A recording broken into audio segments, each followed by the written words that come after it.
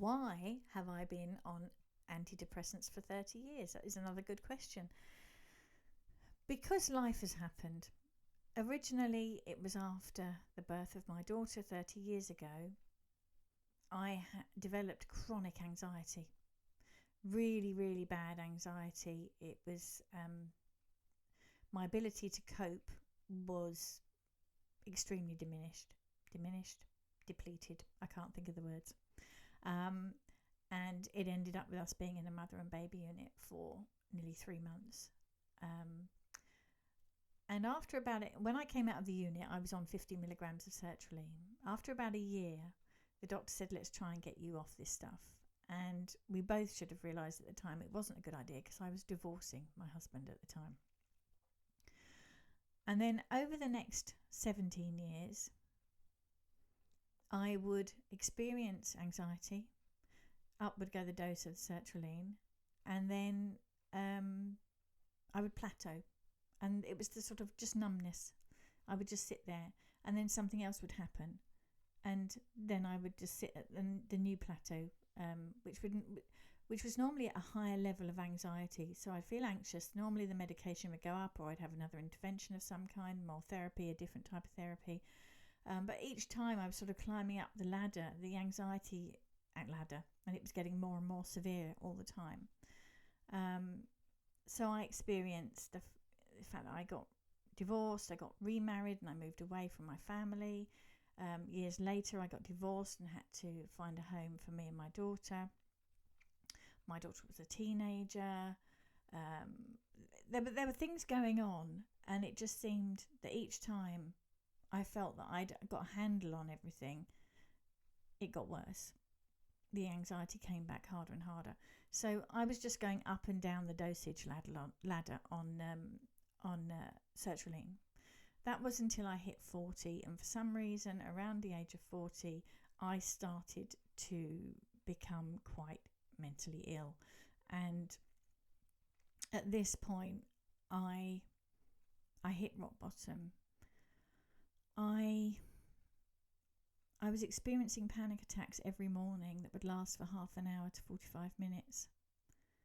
I would sit in the corner of the room trembling and try and get the panic attack out of the way before I had to get my teenage daughter out of bed and get her to school.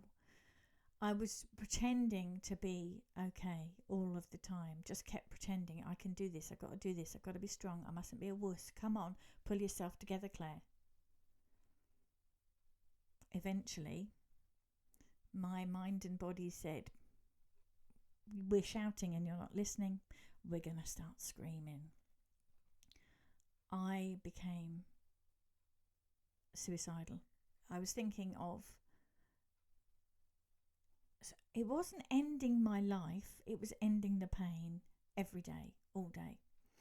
And I had to go to the doctor and say, I'm on the highest dose of sertraline, I've had all these other interventions, nothing is working, what can you do for me? And he said, well, all I can tell you is to go to A&E if you do think you're going to hurt yourself. It wasn't helpful. But it did start, I started to realise that it really was down to me to do something about it.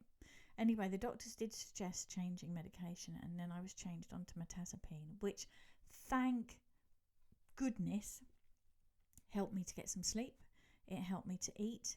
It calmed some of the agitation. The panics were still coming, but I was able to breathe through them.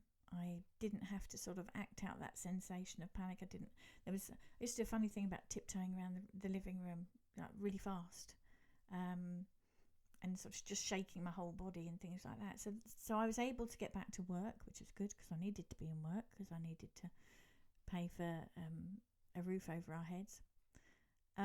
And eventually the mirtazapine really did start to help, but there were other issues, and I started to feel better, and I took control of my recovery. I was told by the doctor that mirtazapine, you start on 15 milligrams, not many people go above 30, 45 milligrams, highest dose, knock out a horse. I don't know if I saw that as a challenge, but just a few weeks later, I was zombified on the sofa because I was on 45 milligrams because I couldn't cope. I just couldn't. And what was worse, it wasn't just my inability to cope, it was how I was hurting those around me. I wasn't doing it on purpose, but I was, I could see that the effect how I was having on my parents and my daughter, because we'd had to move back in with my parents for a while. So I got past that point through miracle, luck, whatever you want to call it, tenacity, I don't know, bit of everything maybe, and a lot of chocolate. And I started to feel better.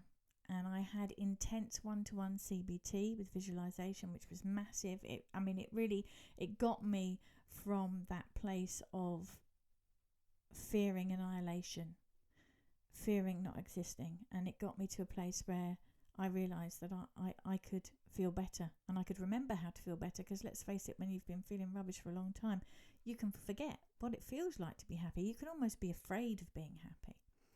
So I started to recover, and then I relocated from Buckinghamshire up to the Scottish Highlands, but it didn't have that really scary effect of the other life events, and I think it was more because I'd chosen it. There wasn't an element of failure. It's what I'd wanted to do. I'd been in a relationship for 8 years, a long distance relationship between Buckinghamshire and the Scottish Highlands.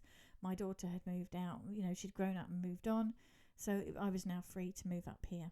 And since I've been up here, I've been working on myself a lot more, and I felt I'd truly recovered, and I do believe I've recovered.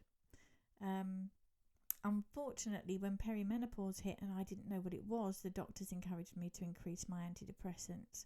So that's why I was sort of still at 30 milligrams when I decided that I needed to look at a way to taper safely.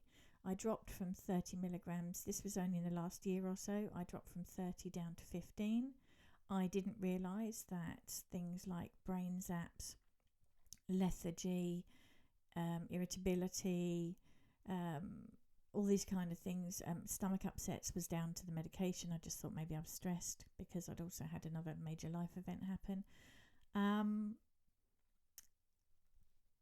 But once I realised that tapering can have these effects, because I tried to drop from 15 to 7.5, and my stomach just, hello, no. I was like, I can't live like that. I looked in and I found hyperbolic tapering, which is now the reason why it's going to take me years to come off.